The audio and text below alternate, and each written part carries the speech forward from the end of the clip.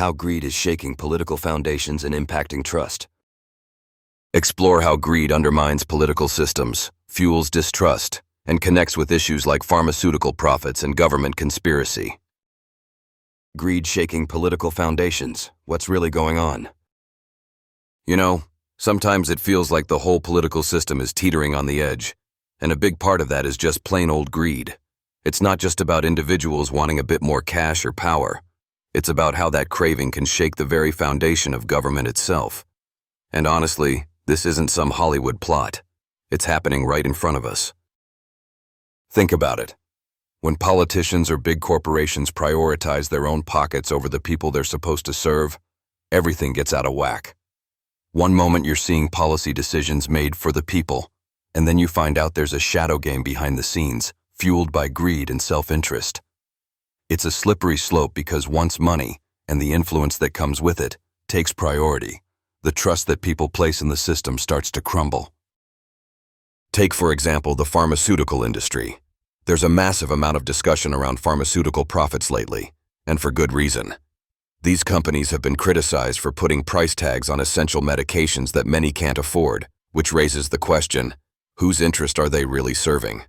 Some folks scream government conspiracy in response, imagining shadowy deals where profit always wins and public health is left in the dust. While some of those conspiracy theories might be overblown or based on untrue allegations, the concern remains valid. When profits come before people's health, it stokes anger, suspicion, and eventually, political instability. Of course, greed isn't limited to business. It's in politics too, where the desire for campaign funds and influence leads politicians to make deals that don't align with voters' interests. Lobbyists representing special interests often have a loud voice, and with a heap of money behind them, they can steer legislation to favor their clients rather than the public. This creates an endless cycle where the foundations of democracy, transparency, accountability, and fairness get eroded. What really concerns me is how this environment makes people vulnerable to untrue allegations, accusations thrown around like grenades that distract from actual issues. These false claims often muddy the waters, making it harder for voters to understand what is really happening and who is genuinely responsible for policies affecting their lives. It's like an intentional smokescreen, adding chaos to an already fragile system. So why does greed have such a powerful impact?